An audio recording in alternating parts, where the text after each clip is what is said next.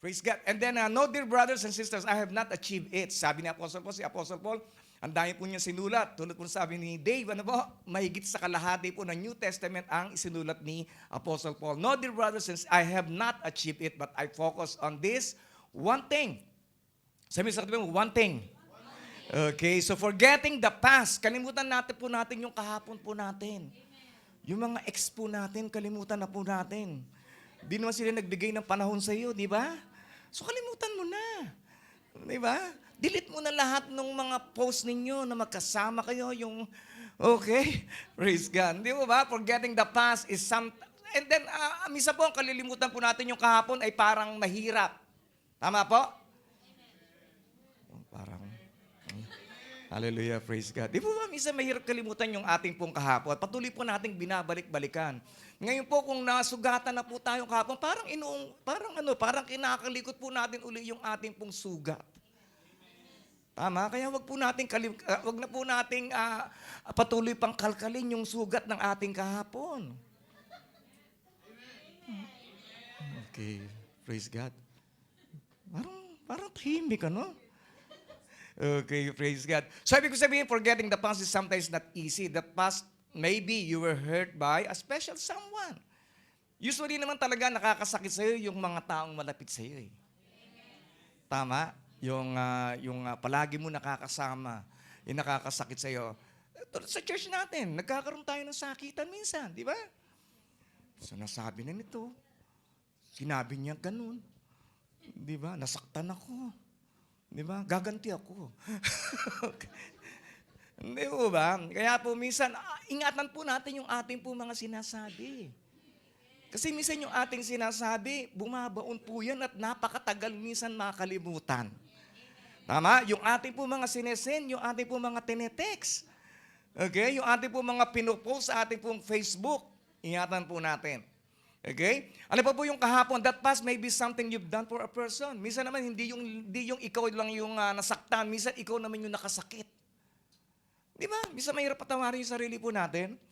But I tell you one thing. Alam niyo po, yung pagpapatawad, yun yung pinakamagandang regalo na may bibigay mo sa sarili mo.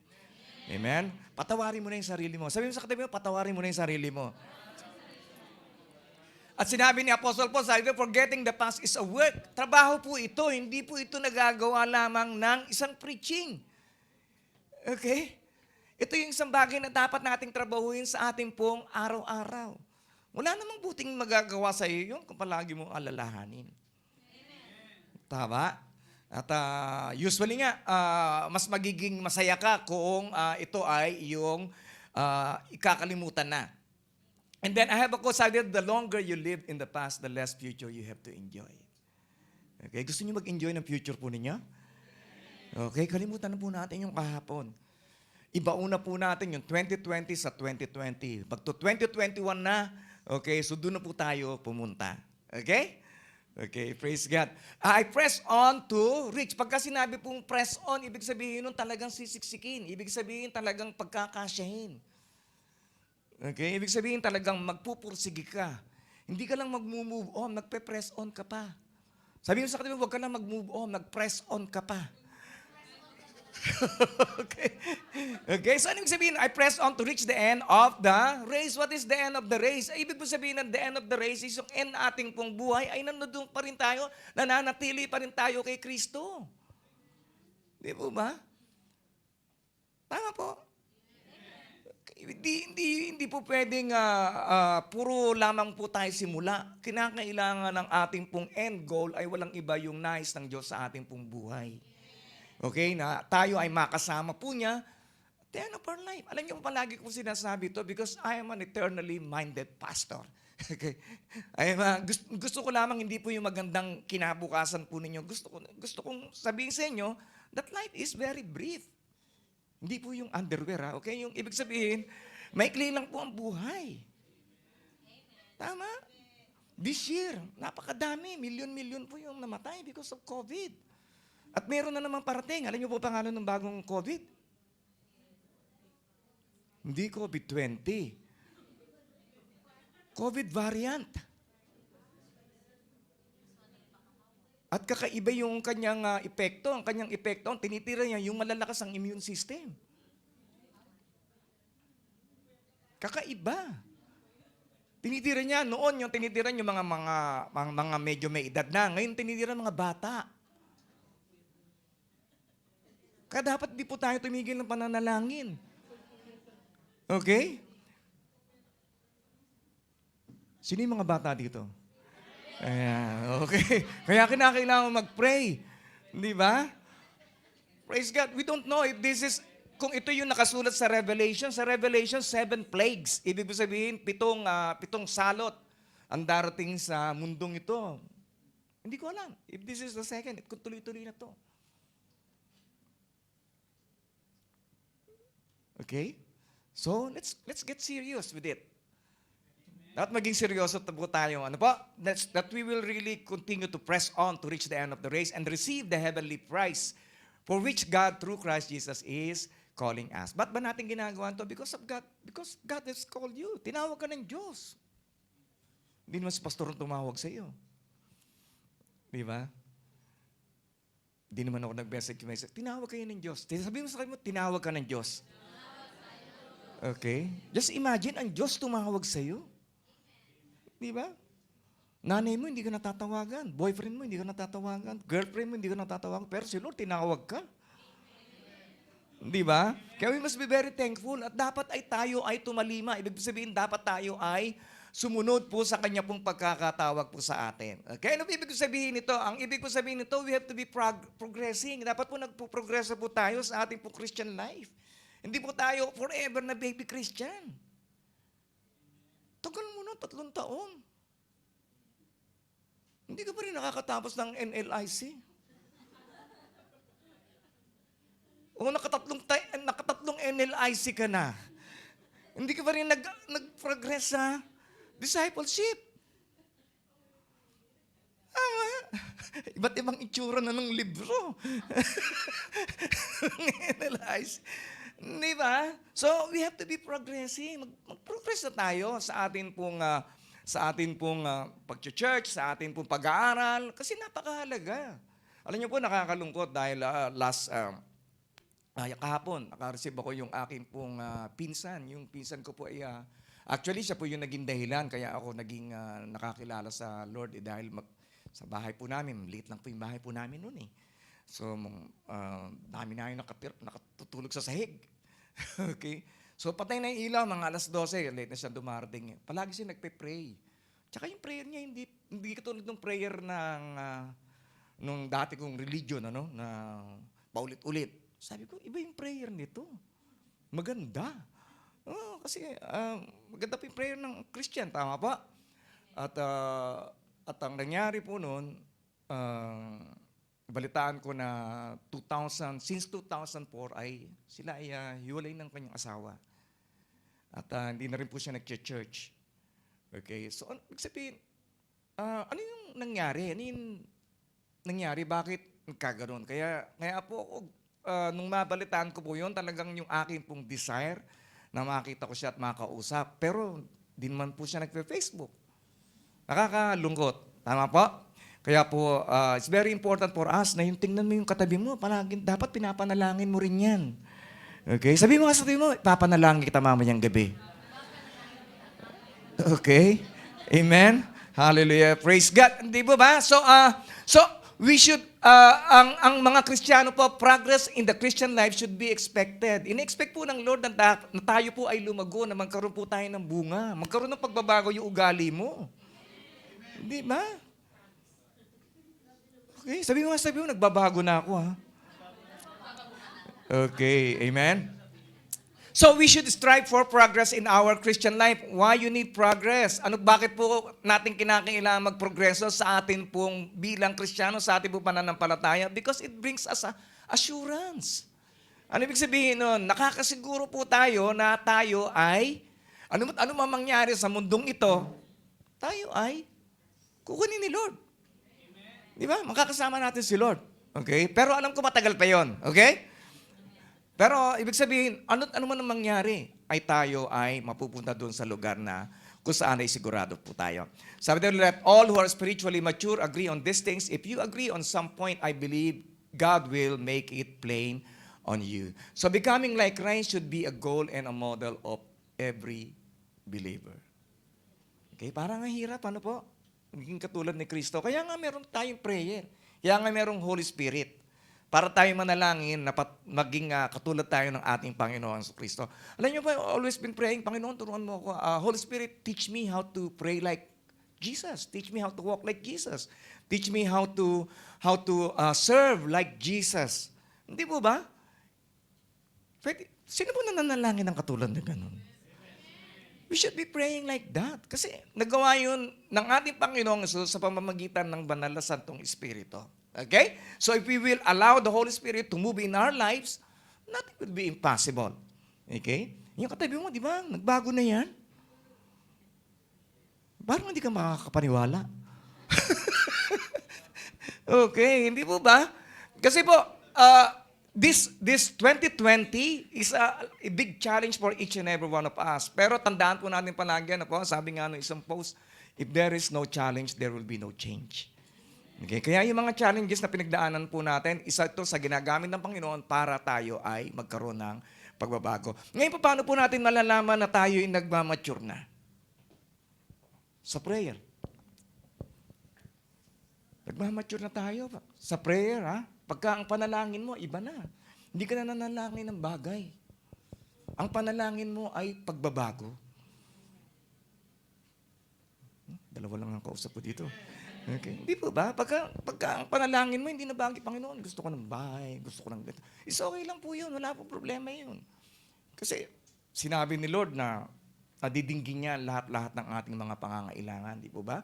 Pero ang unang-unang bagay na gustong marinig ng Panginoon, Panginoon, gusto kong maging katulad mo. Amen? Yung pagbabago ng ating pong ugali, pagbabago ng ating pong buhay. Okay? Praise God. Tahimik ngayon, ano? Okay. And then, aside, but we must hold on to the progress we already made. Alam niyo po na meron na po tayong progreso. Na although na minsan hindi po natin nakikita, pero nagkaroon na po tayo ng progreso. Last year, wala naman kayong devotion. Pero ngayon, ang dami na ninyo na isulat na devotion. Di ba? May soap na, may banlaw pa. Di ba? Okay, di ba? So, kaya yung devotion mo, tuloy-tuloy mo lang yan. Nagprogreso ka na eh. Di ba?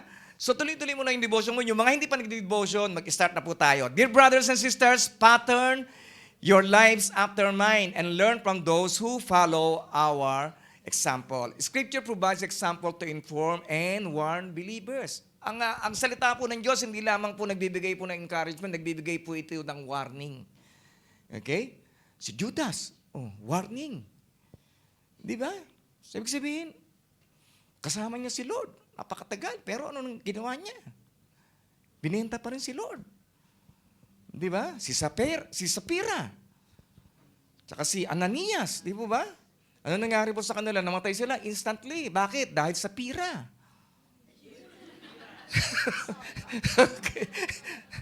Okay, si Sapira. Okay, so ibig sabihin, napakahalaga po. Kasi po, ang malalaman po natin kung sino ang Diyos po natin, sa ating pong, kaya nga po, we have giving. We are telling God na hindi lamang pera ang Diyos ng buhay po natin. Okay, kaya po tayo meron fasting. Kasi yung Diyos natin, hindi po tiyan. Okay? Hindi yung puro kain. Hindi narito ka lang itong love feast. Okay? So next week, meron po tayong love feast. Mag-invite po tayo ng ating pong mga kaibigan. Okay? Mga kamag-anakan. And then, sabi dito sa Israel, these things happen as a warning to us so that we would not crave evil things as they did. So ano po ba yung dahilan? Bakit po natin kinikrave yung mga bagay na hindi po maganda? Kasi minsan, ang kasalanan daw po masarap. Tama? Attractive. Okay? Pleasure. It gives pleasure. Pero ang kabayaran nun ay mahal. Okay, unang-una sa lahat, kakaroon ka ng nawawalay ka sa presensya ng Diyos. Alam naman po natin na pagka nawawalay po tayo sa presensya ng Diyos, nawawala po tayo ng kapayapaan. Nagkakaroon na po tayo ng kahihiyan sa Diyos. Natatakot na po tayong lumapit. Tulad na nangyari kay Adam and Eve, hindi po ba natakot na po sila na lumapit sa ating pong Diyos? So ganun po ang nangyayari. Pansinin ninyo ang sarili ninyo, di po ba? Pagka meron po tayong nagagawang mali, nahihiya tayo lumapit kay Lord. Tama? Kaya marami po sa atin dito, di ba nalalayo kay Lord dahil ang demonyo po, ang trabaho po niyan, tutuksuhin ka niyan. Pagkatapos kanyang tuksuhin, ang gagawin niyan ay uulitin niya yung ginawa mong bagay na siya rin yung nagtukso sa iyo. Okay? So ngayon pong gagawin po natin, pagka dumarating po tayo sa ganung bagay, confess our sins. Lapit tayo. Wala namang kasalanan na hindi kayang patawarin ng Diyos. Amen? Kaya, lapit lang po tayo kay Lord. Ano pa po? Si Job is an example of perseverance and patience. Si Job, napakarami po niyang naranasan na paghihirap. So just imagine, hindi po ba? Nalugi ka, namatay yung mga mahal mo sa buhay. Nagkaroon ka ng kate na super kate na kahit na nga yung bubog, kinukuha mo para pang kamot. Ganon katindi yung kate ng kanyang katawan.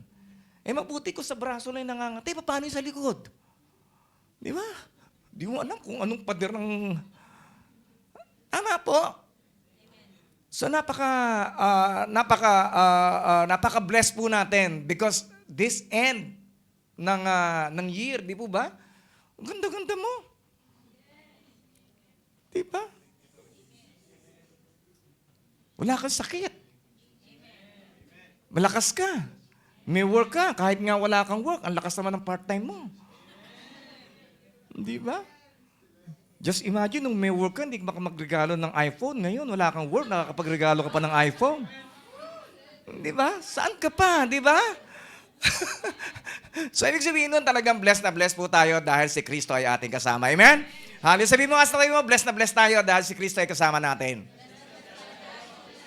Okay, for I have told you often before, and I say it again with tears in my eyes, that there are many whose conduct, ugali, shows that they are really enemies of the cross of Christ. Okay? Kaya ugali po natin napakahalaga. Kaya kung alam po natin na meron pa mga bagay na baguhin ng ating na dapat na baguhin ng ating Panginoon sa atin, ilapit natin. Okay? Hindi ko naman kayo kayang baguhin. Dahil ako, yung sarili ko, hindi ko rin kayang baguhin. Pero meron akong kilala na kayang baguhin tayo. And His name is Jesus. Amen? Hallelujah. At makita po natin. And then they are headed for destruction. Ikaw pupunta ka ba na kung saan ay mapapahamak ka? Hindi. Di ba? So ayaw po natin na tayo po ay mapahamak. Ayaw po natin na kung saan tayo maghihirap. Ayaw natin na kung saan ay tayo ay... magkakaroon ng maraming mga sakit at mga suffering sa ating pong buhay, hindi po ba? So ano pong dahilan? Bakit nagkakaroon napupunta sila sa ganung sitwasyon ng kanilang pong buhay? Bakit? Kasi sabi dito, their God is their appetite. Appetite. Ibig sabihin, cravings. Gana. Yung appetite na kung saan ay hindi maka-Diyos. Di ba? Lust of the eyes, lust of the flesh, pride of life. Okay? Yung gusto lang natin, yung palaging, yung masusunod palagi, yung gusto lang natin.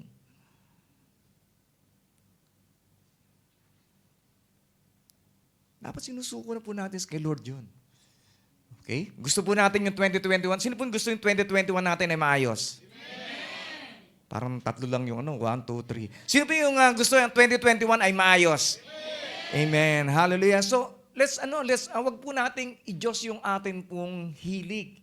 Okay? Yung atin pong takaw, yung pleasure, yung gusto lang natin, ay tayo'y masaya. Pag masaya ka, masaya ba si Lord? O solo ka lang?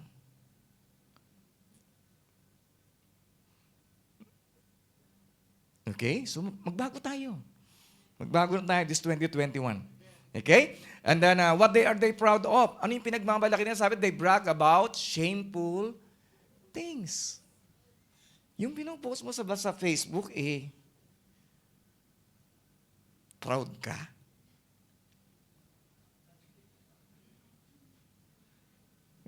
So, ingat po tayo. Okay? Kasi, it shows, ayun po yung lumalabas sa ating pong heart. Di po ba? Kung ano yung ating pinopost sa Facebook. Okay? So sabi nila, pag namalaki nila ang mga bagay na dapat nilang ikahiya. Di ba? Kasi nalayo sila sa presensya ng Diyos eh. And they think about this life here on earth. Paalala muli, palagi po nagpapaalala ang si Apostle Pablo eh. Palagi po nagpapaalala ang salita ng Diyos sa atin. Nang buhay po natin, hindi lang para dito. Kaya nga sometimes we feel discomfort. Nagkakaroon po tayo ng sakit. Ako po, sumakit ang tuhod ko. Sumakit ang balikat ko. Okay? Maybe because we're getting younger. Okay? So, ibig ko sabihin, we feel some discomfort. Wala tayong trabaho, nagkaroon tayo ng NPL. Meron tayong mga discomfort. Lipat ka ng bahay. Dati, 5th floor lang bahay mo, ngayon 6th floor na.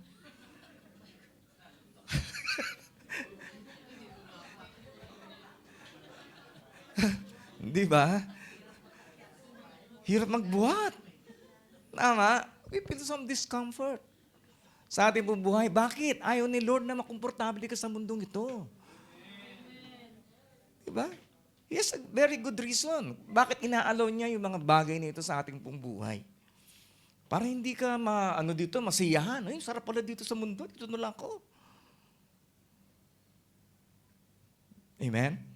Okay. And then their mindset is earthly.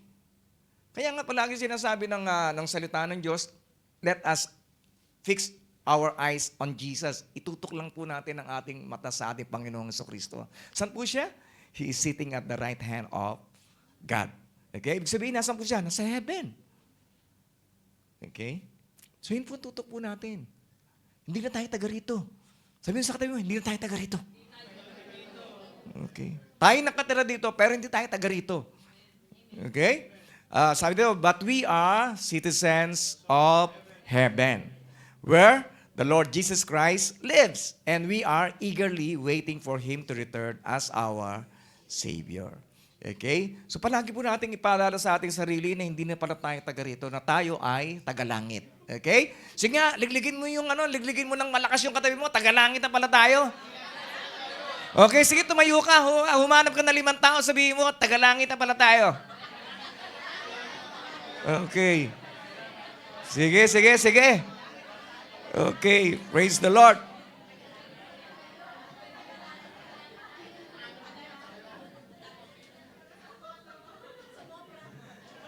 Okay. So ang sentro po ng buhay natin ay hindi na po dito sa mundong ito. We should be heaven-centered. Okay? At ang focus po natin ay walang iba kundi ang pagdating ng ating Panginoong Jesucristo. Because very soon, nakikita na po natin, di po ba, na parating na ating Panginoong Jesus, na kung saan nakatutok ka sa cellphone mo, makikita mo na lang siya. I don't know. Pero yun lang aking imagination. Paano kaya babalik ang ating Panginoon? Paano kaya siyang makikita ng buong mundo? Merong isang lugar doon sa Israel na pinuntahan namin na kung saan binakuran po nila. Hindi nila pinapupunta sa turista, hindi nila pinupunta sa ibang mga tao na kabakuran. Bakit po? Kasi doon umakyat, yung lugar na yun, ang pinaniniwalaan nila na umakyat si Lord, at yun din ang lugar na yun, pinaniniwalaan nila na bababa si Lord. Amen. Don't know. Paano natin makikita lahat yun? Baka naka-televise. Di ba? Kaya it's very near. Malapit na po. So, mag-prepare tayo. Okay? So, ngayon ano po yung ating pong dapat tatandaan? Let's focus on our God-given goal. Focus po natin. Ano ba yung purpose mo sa buhay? Purpose mo ba sa buhay? Magpayaman? Purpose mo sa buhay? Makapag-asawa? Mag-anak ka ng siyam? Ang purpose mo ba sa buhay? Makapagpatayo ka ng bahay na maganda? Makapag ka ng negosyo? Let's go back to our purpose. Yung ating pong purpose ng ating pong buhay, to tell you the truth, ay nais ng Diyos na palagi kanyang kasama. Ang purpose natin sa buhay, nais ng Diyos na marinig niya palagi ang tinig mo sa bawat araw. Na ikaw ay nananalangin sa Kanya. Ang purpose ng Diyos sa iyong buhay, nais niya na marinig mo rin siya sa pamamagitan ng Kanyang banal na salita. Okay? Because God wants you to be closer to Him. Kasi lumapit na po siya sa atin eh. So dapat tayo na po yung mag-initiate na lumapit po sa Kanya. Okay? Okay ba yan? Okay, and then work at forgetting your past. Trabahuin na po natin. Yung tagal na nun eh, 10 years. Hindi mo mapatawad. Yung iba nga namatay na, hindi mo mapatawad. Tama? So, forget it. Wala tayong magagawa dun eh. Kahapon po natin, wala na po tayong magagawa. Pero may magagawa po tayo para sa kinabukasan po natin. Amen? Let's work at it. Okay? And then, focus on your maturity. Di ba? Tumatanda na tayo. Di ba tayo bumabata? Maturity, hindi lang yung nagkakaedad. Maturity, nag-i-improve ka sa pananalita. Nababawasan mo na yung masyadong pagbibiro. Okay? Nababawasan mo na yung masyadong nakakasakit ng damdamin ng iyong kapwa. Okay? Nababawasan na yung selos, nababawasan na yung inggit, nababawasan na yung pagwawalang bahala sa oras. Minamahalaga mo na yung oras mo. Di ba? Let's focus on our maturity. Paano ba tayo magmamature sa Christian? Simple lang. Spend time in your devotion. Basahin ang Bible. Dalangin tayo. Okay. Dalawa lang naman palagi, no? Okay? Praise God. And then, maintain the growth you already achieved. Kung nag-grow ka na, maintain mo na lang. Tuloy-tuloy mo lang.